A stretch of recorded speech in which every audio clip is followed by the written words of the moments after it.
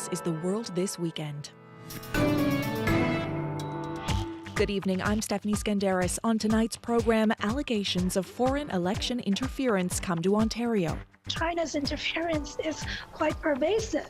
It's widespread and it's certainly nonpartisan. Also tonight, why plans to limit water usage from the Colorado River could impact your grocery bill. And as another boat carrying migrants capsizes in the Mediterranean, we bring you the stories of people who risked everything to make that dangerous journey. I said to my son, "Son, do not board any ship with over 50 people, because the boat will be in rough seas." He promised me that he would not board any boat with over 50 people. Now we have learned it had 200 people. That's later, but first. An Ontario provincial politician is defending himself over allegations of close ties to China. Vincent Ke resigned from the Progressive Conservative Caucus after Global News reported he served as a financial intermediary in a political interference campaign for Beijing. Ke denies the allegations. Philip Lee Shannock reports on these latest claims of Chinese meddling in Canadian politics. In a statement on Twitter, Vincent Ke called the Global News allegations false and defamatory, but that he has left the Ontario Progressive Conservative Party caucus so he doesn't cause a distraction. Ke says he'll work to clear his name while sitting as an independent. Karen Woods is the co-founder of the Canadian Chinese Political Affairs Committee. She says Ke has been close to Toronto's Chinese consulate, but says allegations he moved money on their behalf to politicians in Canada are problematic. How will CSIS or RCMP ever investigate that? It's going to be very difficult. CBC has not independently verified the allegations in the Global News report, but Woods says Chinese efforts to influence politics here have been noted before. China's interference is quite pervasive. It's widespread and it's certainly nonpartisan. Nothing has been proven in court as no charges have been laid. Charles Burton is a senior fellow at the Macdonald-Laurier Institute and a former diplomat at Canada's embassy in Beijing. He says Canada's democracy needs to be protected. This is pretty important stuff for us to get to the bottom of and to bring people who have violated the laws of Canada before a court. Chuck Kwan of the Toronto Association for Democracy in China says some of the Communist Party of China's influence campaigns he's observed are subtle. They're getting their proxies, people who are under the influence, to speak well for them. In a sense, they're like the lobbyists. That China has an army of these. He says much like lobbyists, these foreign influencers need to be transparent and register with the government. Kwan supports the introduction of a Canadian Foreign Influence Transparency Registry, much like Australia and other countries have. Overtly aggressive lobbying for their narrative, but covertly, they have a lot of techniques. Junaid Islam is a California-based cybersecurity expert.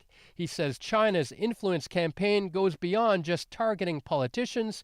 He says China uses tools from the marketing world to influence public opinion. They were able to successfully repurpose that advertising profiling technology, and it's a very real problem.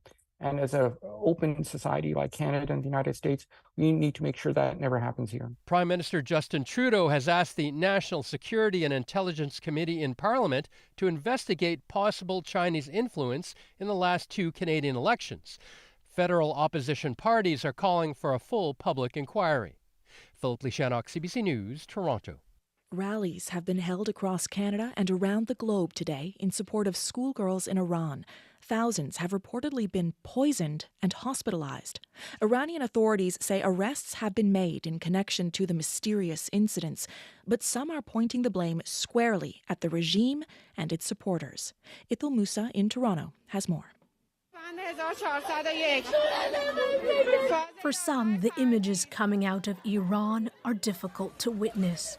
Young schoolgirls coughing, gasping for air, and being rushed into ambulances.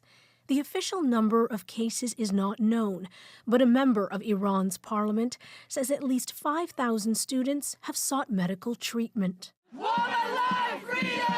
Rallies have been organized all over the globe to protest the poisonings and to let Iran know the world is watching. Lily Prezant in Toronto calls the mysterious incidents a crime against humanity. It's hard to stand here safe, send our girls and kids to school safely here in Canada, while our kids are not safe back in Iran, to raise the awareness and ask for urgent action from the international community for independent investigation. Human rights activists worry there could be more gender-based attacks. The protests in Iran are being led by women, and some say the poisonings could be about sending young girls a clear message. Hiro Matadi spoke at the rally in Toronto. It's a scare tactic to pull people away from the demonstrations and from the revolutions that we have seen all over Iran. This whole revolution is built around women, freedom, life. And this really speaks volume of this systematic targeting. In light of the recent attacks against girls, some activists are calling for the creation of a Women's Bill of Rights in Iran to better protect women and girls. Mona Tajali is an associate professor at Agnes Scott College in Atlanta. We want absolute gender equality, freedom from violence, freedom from harassment, which is absolutely fundamental. Tajali says some schoolgirls are now asking to learn virtually because they feel unprotected and they fear going to school. Idil Musa, CBC News, Toronto. The U.S. Federal Deposit Insurance Corporation is offering staff of Silicon Valley Bank 45 days of employment at 1.5 times their salary. The regulator took control of SVB after it collapsed on Friday.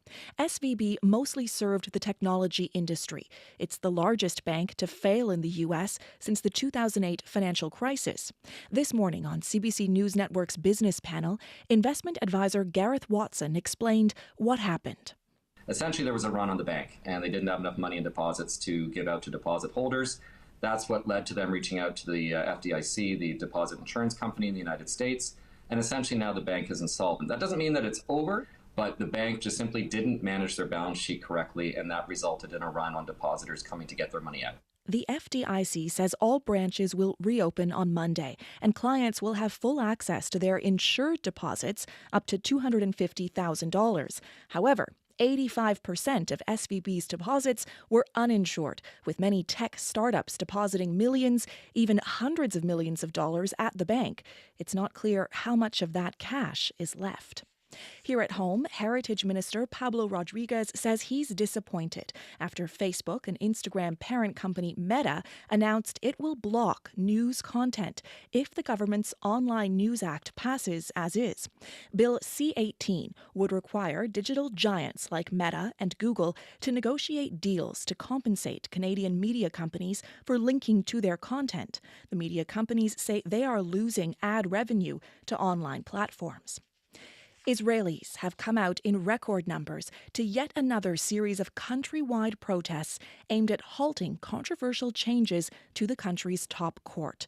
Local media report more than 500,000 people have demonstrated at dozens of locations across the country, including 200,000 people in Tel Aviv.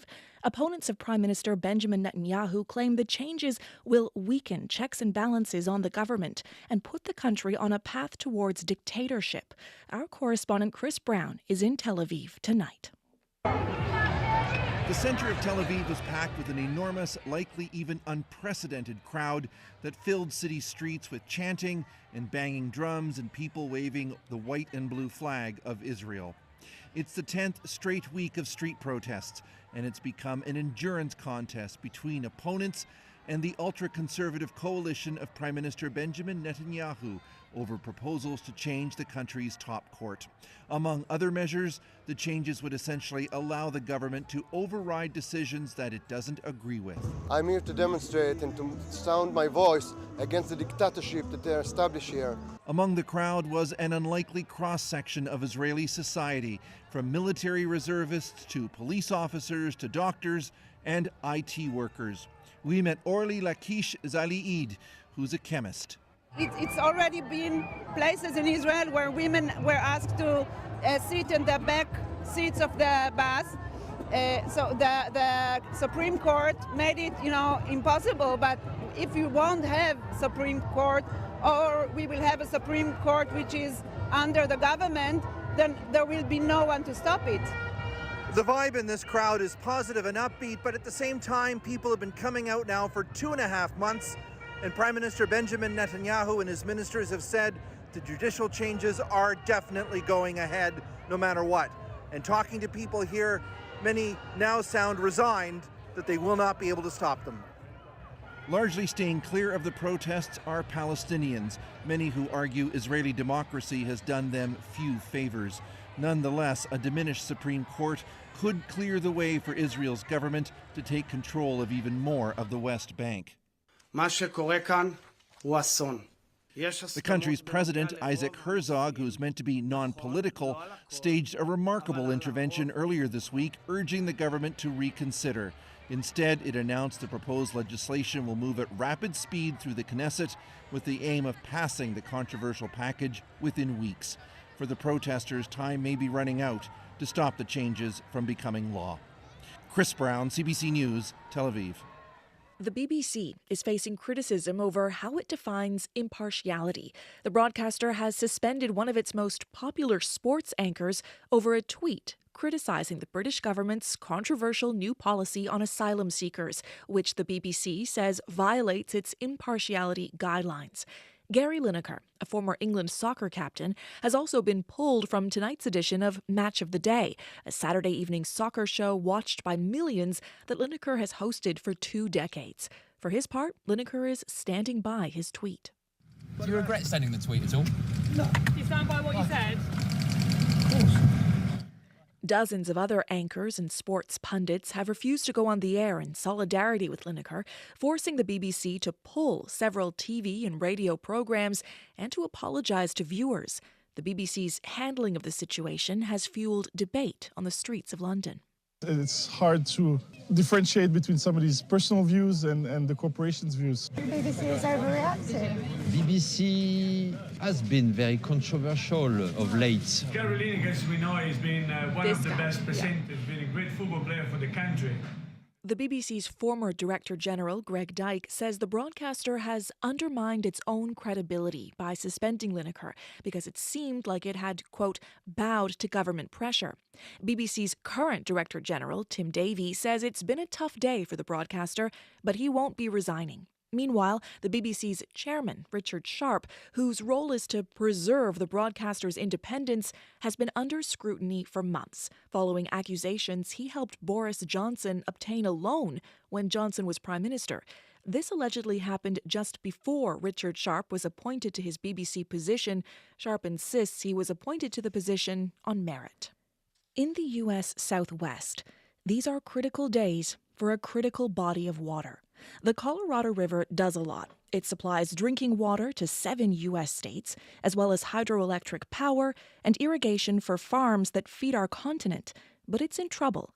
Now the U.S. government is set to propose limits on water usage. Alex Panetta went to Arizona and California to find out more and joined us earlier. Alex, let's start with the problem here. What's happening in the U.S. Southwest? Well, people have been talking for years about the threats to this region from a changing climate and hotter, drier seasons, but it's becoming real right now. The Colorado River is the lifeblood of this region, and it's being depleted. I mean, it just can't go on like this. Everyone's heard of the Hoover Dam, right? It pushes water from outside Las Vegas into canals and pipes that feed the homes and farms and power stations to tens of millions of people in Arizona, California, and Nevada. Well, behind that massive dam is a reservoir, Lake Mead. And if the water level keeps doing what it's been doing, dropping the last 3 years especially, in about 3 more years, Lake Mead would stop producing hydropower. It's enough power to supply 1 million homes. And then, with 3 more years like that, you'd get system collapse. It's called dead pool. It's when the water level drops so low that it sits there stagnant behind the dam. And then millions of people downstream who rely on this water would face a crisis of proportions I think we've barely begun to wrap our heads around. And it affects us too, Canadians. Okay, how would it affect Canada or Canadians? Well, you ever wonder how you get those juicy, leafy vegetables at the grocery store in the dead of a Canadian winter?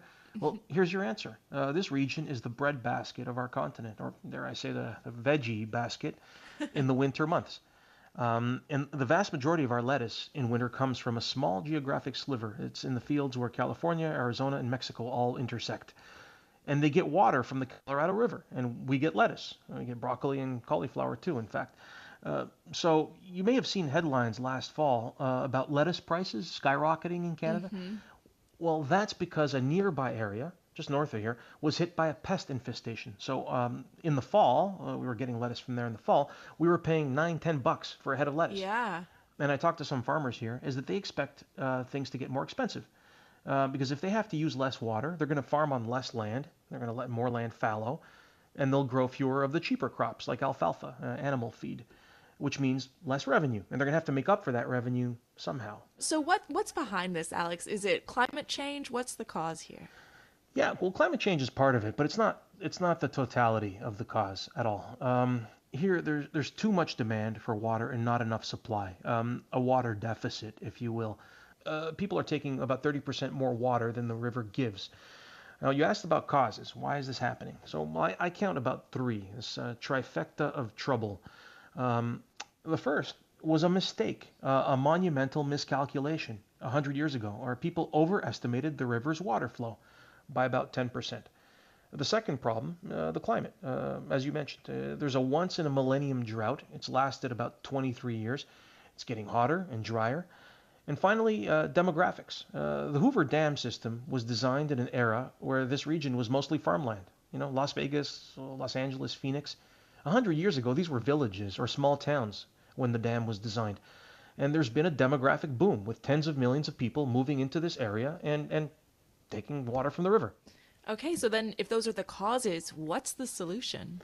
There's an old saying in these parts, whiskey's for drinking, water is for fighting over. And here you have states fighting other states, the cities versus the farmers. This region has already had to cut back its water usage under old voluntary agreements. And the federal government now has had to step in. The Department of the Interior is expected to publish any week now its proposal for cuts. It's a draft, and then the final version, the cuts would be implemented this fall. And then you'll probably get fights in court, lawsuits, and these cases could drag on. It's inevitable. One solution will be major cuts in water usage, and it won't be easy.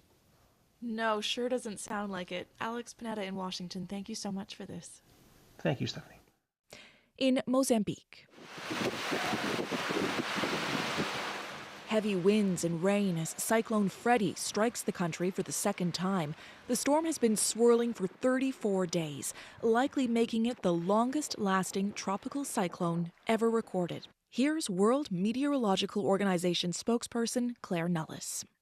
We're getting lots of questions as to, well, is it a new world record or not? WMO is setting up an expert committee to evaluate this. More than 171,000 people were affected by Freddy when it swept through Mozambique last month, bringing heavy rains and floods that damaged crops and destroyed houses. It's killed an estimated 28 people so far, 11 in Mozambique and 17 in Madagascar. The WMO says it's also one of the strongest storms ever recorded in the Southern Hemisphere. It's generated as much accumulated cyclone energy as an average North Atlantic hurricane season. This is one storm. Cyclone Freddy is also expected to hit northeastern Zimbabwe, southeast Zambia, and Malawi. The Turkish Coast Guard says 5 migrants have died when a dinghy sank in the Aegean Sea. It comes 2 weeks after at least 74 people died when their boat hit rocks near Italy's south coast. Last week, we took you aboard a Doctors Without Borders ship, sailing the Mediterranean, rescuing migrants. Many of those migrants come from Pakistan and Afghanistan. Freelance reporter Abdul Sattar spoke to family members left behind who have lost loved ones on that journey. He would say, "Dad, what is in Pakistan? There is nothing in Pakistan. Send me abroad." Sitting in his home in Peshawar, Pakistan, surrounded by mourners, Hamid Khan Afridi says his 14-year-old son Azan begged for permission to make the journey to Europe in search of a better life. But Azan never made it. He was on the boat that was shipwrecked off the coast of southern Italy 2 weeks ago. He drowned along with more than 70 other people on board. At first, Afridi could not bear to break the news of Azan's death to the boy's mother. I told her, "Your son is alive, but he is in a coma." Through his tears, Afridi explains how he arranged for Azan's journey. He says an Afghan man who owns a supermarket in Turkey told him he had helped many people to cross the Mediterranean. Afridi says he paid the man $10,000 and promised to pay another $5,000 after Azan arrived safely in Italy. Afridi borrowed money from friends, relatives, acquaintances, and begged his son not to board an overcrowded boat. I said to my son, "Son, do not board any ship with over 50 people, because the boat will be in rough seas." He promised me that he would not board any boat with over 50 people. Now we have learned it had 200 people. Shahida Raza, a professional field hockey player and a member of Pakistan's national team, was also on the boat. According to her friend Sumaya, Raza risked the crossing because of her son. She was desperate to find a fast route abroad to get him much needed medical treatment. She decided to do something for her kid. She waited a lot. She was jobless and had no income, so she believed it would be better if she left and did something for her kid. Lawyer and activist Jalila Haider says Raza's decision is not surprising. The current world order has tightened border security. Because of this security, entering another country is extremely difficult. That is why people chose these risky paths. This path is cheaper compared to the legal way, and immigrants think that their life will improve after reaching another country.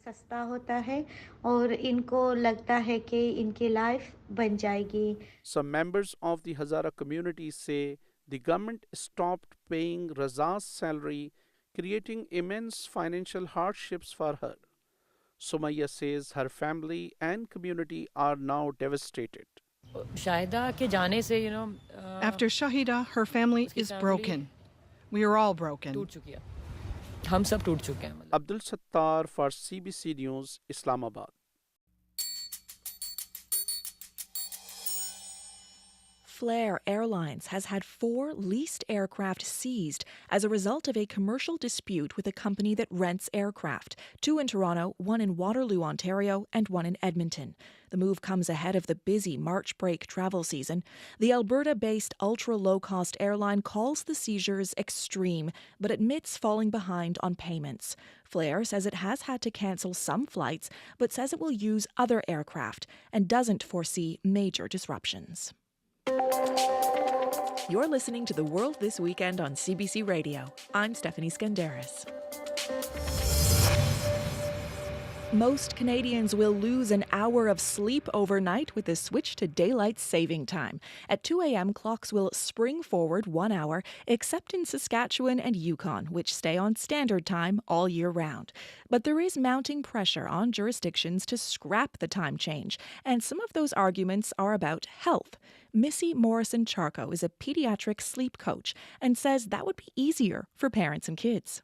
Especially in the schools, for our school-age kids, you'll have teachers saying, oh, if the kids are overtired, the kids are hyper, the kids are not making it to the end of the day. Some provinces like BC and Ontario are being pressured to make daylight saving time permanent if the U.S. does. But until then, many say it's important to stay in alignment with our biggest trading partner. Well, ever since Netflix first launched its video-on-demand service in 2007, movie lovers the world over have ditched their DVDs and binned their Blu-ray collections. But online streaming hasn't only changed how people watch movies. As Eli Glasner tells us, it's also changed how movies get nominated for and win Oscars. You go down there and look out at that audience. Hopefully you don't trip on the steps on the way up. Toronto production designer Paul Osterberry will never forget his Oscar moment winning for The Shape of Water. Now, as an Academy member, he's got a new job, voting on the next batch. You know, we get bombarded Every day there's endless emails with all the different studios or streamers. Like many of us, he watches most movies at home, something he thinks has helped the big contenders. Everything, Everywhere, All at Once, for instance, that came out in March, and usually that might be forgotten by the time voting season comes. But because it went on streaming and was very popular on streaming, I think it brought a lot more people. Streaming is certainly here to stay. The feeling at this party celebrating the Canadian Oscar nominees is that the magic of movies is making a return. Just ask Oscar-nominated screenwriter and director Sarah Polley. I think there are certain films that are made for a collective experience specifically. So a movie like Women Talking, I think, is absolutely best viewed with other people, with strangers, so you can feel the responses of people. Or the man responsible for transforming Brendan Fraser in The Whale, makeup artist Adrian Moreau. I don't believe that you can have like a full immersive movie experience by sitting at home and watching and being distracted, looking on your phone. The surprising storyline of this Oscars has been the role of theaters. From films such as The Fabelmans, which pay tribute. Movies are dreams that you never forget. To the Top Gun and Avatar sequels that sold millions of tickets. At this Oscar luncheon, Steven Spielberg was even seen telling Tom Cruise, the Academy's hoping big movies mean big ratings. Back in '98, when Titanic was in contention for Best Picture, 87 million viewers tuned in to the Oscars. Last year, it was only 16 million. Brandon Katz is an industry strategist with Parrot Analytics. At the end of the day, these filmmakers, of course, they want their movies to make money, but they also want their movies to be seen. I think everyone is coming around to the idea that making the most money and satisfying online subscribers are not mutually exclusive. Studios are beginning to realize what audiences have already discovered. We won't call it quits. We'll call it the start. Streaming and theaters don't have to fight each other. Just ask Everything Everywhere superfan Maitri Ramakrishnan. I watched that movie like 5 times in theaters, and then I watched it like a good 3 more times on streaming. So I enjoyed it both ways. A win-win for movie fans and those going for Oscar Gold. Eli Glasner, CBC News, Los Angeles. 'Cause we all just wanna be big rock stars and live in hilltop houses driving 15 cars. No matter how you feel about Nickelback, you can't deny they've definitely achieved bona fide rock star status. Even when it was quote-unquote cool to mock them, the 4-piece from Hannah, Alberta must have always known.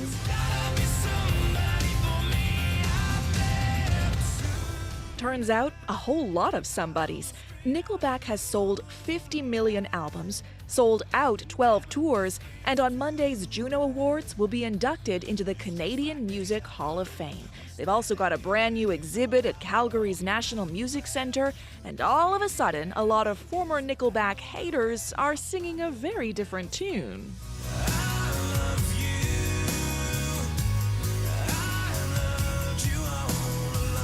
Because there was a time when my knee-jerk reaction was like, oh my God, it's just another like post-grunge rip, blah, blah, blah, blah. Music critic Ben Rayner explained his change of heart on CBC's Commotion. And then I'm like, wow, they've sold a lot of records, and those songs aren't going anywhere. And also, they're unapologetically gunning for that kind of mainstream audience. Yeah. And you can't fault them because they're very, very good at that. Never made it as a wise man. I couldn't cut it as a poor man stealing. So in honor of Nickelback, we'll leave you with a classic. You've been listening to The World This Weekend. I'm Stephanie Skandaris. Good night. This is how